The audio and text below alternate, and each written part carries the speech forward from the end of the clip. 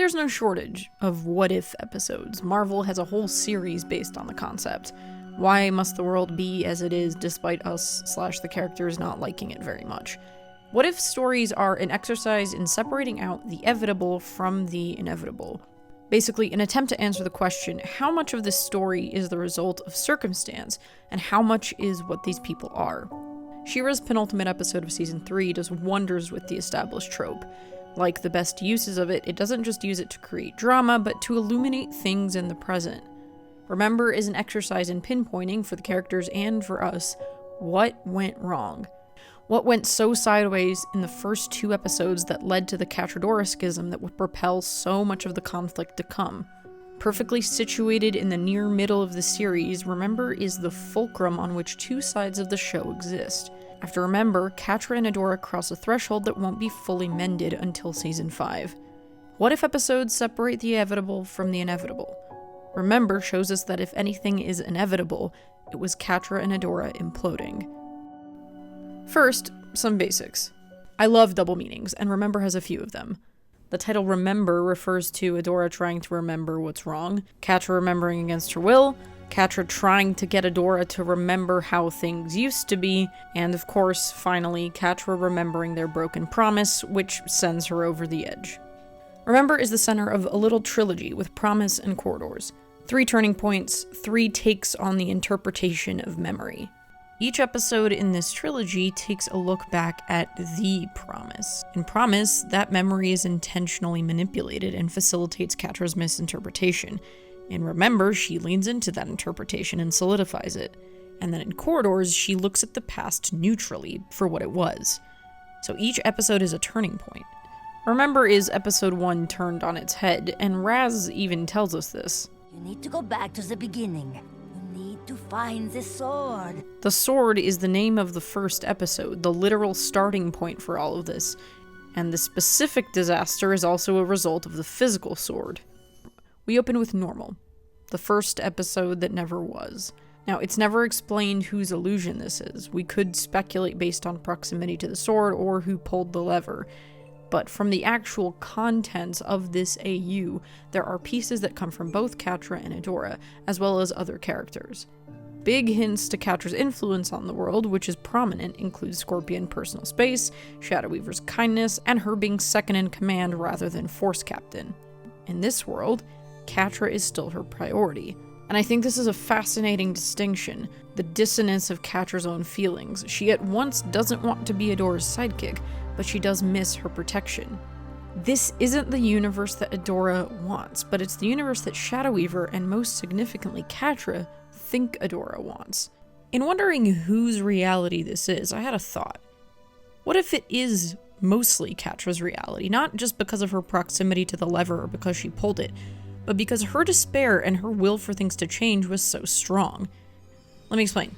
This isn't the first time we've seen something like this in fiction, where someone's internal need was so intense it manifested externally. The portal is constructed by science, but it's harnessing First One's tech and using the sword, which itself is a channel for magic. We know that it can channel Adora's magic enough to manifest her super strength and magic hair and go-go gadget transformations. It could just as well give form to Catra's most desperate feelings. Additionally, we know that from Season 5, Catra seems to have a predisposition for magic, specifically empathetic magic, as seen with her connection with Milog. In particular, since Once Upon a Time in the Waste, Catra's been in an extremely emotionally activated state. In the moment, her feelings are so loud, she literally doesn't hear Scorpia. Then soon after, she runs into Shadow Weaver, apparently best friends with princesses. We've also seen times when the sword responds to a person's innermost feelings. In Beast Island, Adora's self-doubt prevents the sword from activating, and her renewed confidence brings it back. Yes, the sword isn't Catra's, but the sword is currently hooked up to a machine, merging science with magic, and magic in the show is deeply tied to emotion. And Catra's emotions, at this point, are screaming alarm bells. Catra, who shows the earliest signs of awareness that things aren't quite what they seem, may believe that Adora left in the first place in the pursuit of more glory, right? That she'd outgrown Force Captain and the Horde and even her. Without wasting any time, we get Adora needing to fix and Catra brushing it off. There's something I needed to fix. Of course you dream about work. There's nothing to fix, Adora. Everything's perfect. Obviously, this is more than just Adora's compulsion now. There's actually something pretty dire to fix. But the dynamic remains the same. In episode 1, Catra is aware of the Horde's wrongdoings and Shadow Weaver's manipulation, but urges Adora to stay with her anyway, because at least they'll be together. And in Remember, it's the same thing. Catra is, or becomes, aware of the wrongness of the world, but urges Adora to stay with her anyway. So Remember is really an inversion of the first episode. That episode posed as a question. So, as an example, let's go through some of the scenes and see how they change between the Sword and Remember. Do not be flippant with me, Cadet. Sorry, Shadow Weaver. Look at you. You're a mess. Go get yourself cleaned up. This is a gesture specific enough that it seems like it's from Catra's conscious or subconscious, as she recalls a similar, betraying touch from Lightspinner. There's this subtle but significant difference in the way Catra reacts to Adora being taken away for her private conversation with Shadow Weaver. In the original scene, she looks down kind of bitterly as Shadow Weaver takes Adora away, but in the new scene, she smiles proudly. If we're going with the theory that Catra's subconscious has something to do with this, Catra's subconscious may be addressing her own jealousy, testing out the theory that maybe if she'd been more supportive of Adora's Horde success, then Adora wouldn't have left. While there's evidence for it responding mostly to Catra, we could say it's responding to Adora too. Specifically, there's this instance. Lord Hordak has been watching you. He thinks you are a fine candidate for Force Captain.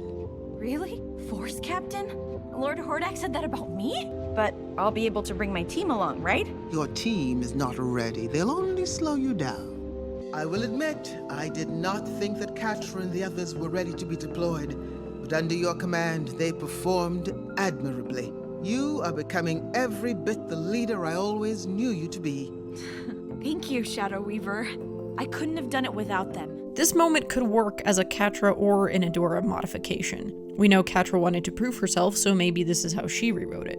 But this is also a private conversation, not one Catra herself was privy to, so maybe it's Adora's subconscious giving Catra the ability to prove herself, which she knew she wanted in episode 1. They've been training hard for this too, and Catra, all she wants is to get out there and prove herself. Then she should have worked harder to prove herself to me. Then, of course, we get the recreation of their conversation at their spot.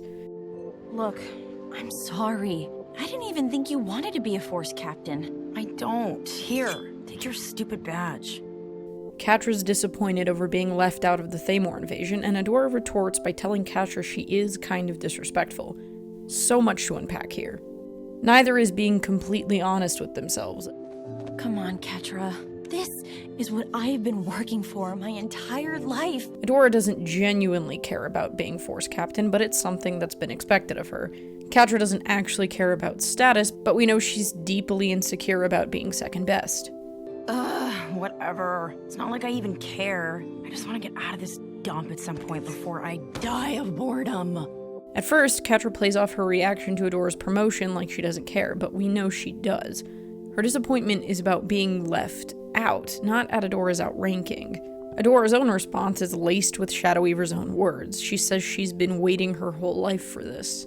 In the scene in Remember, it's as though Catra's tried to fix what she sees as a mistake. Adora clearly cared about this, so maybe if she's as enthusiastic about Horde leadership to her, it'll go better.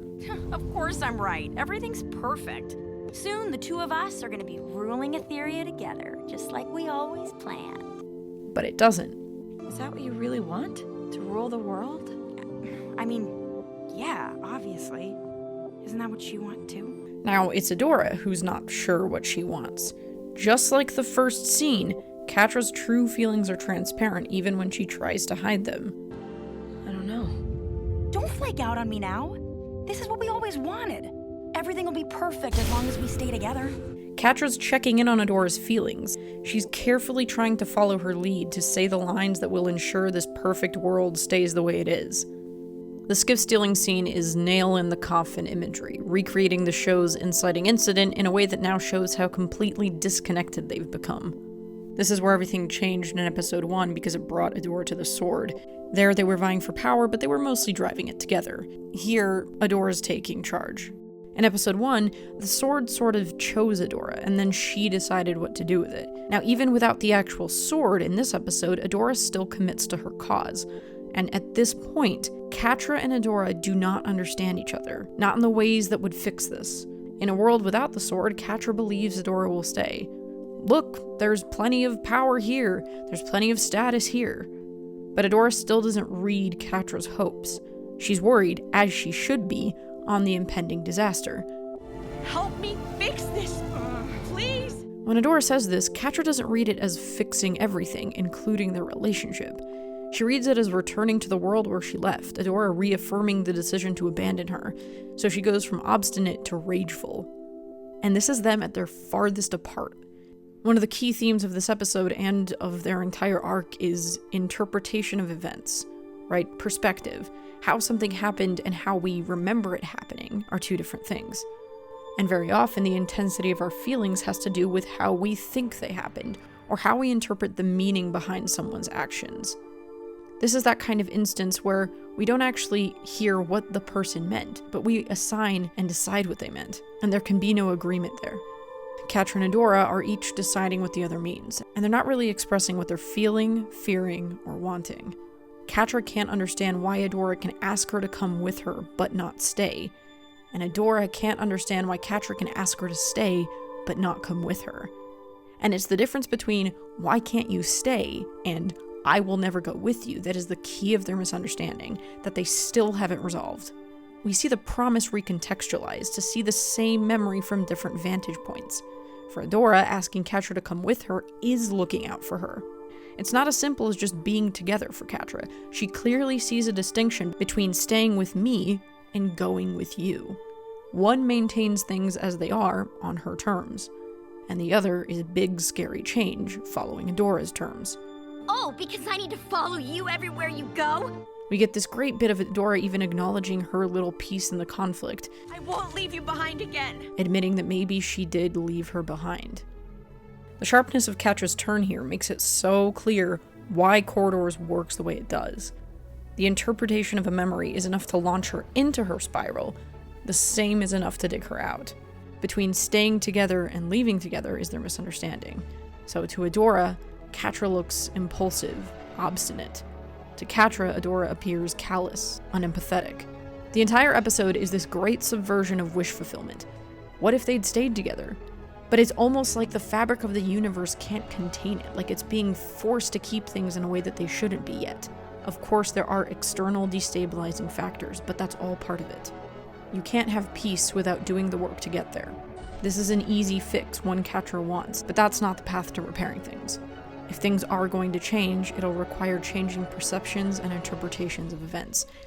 If they're going to be brought back together, it has to be through choices in this universe, not through rewriting another one.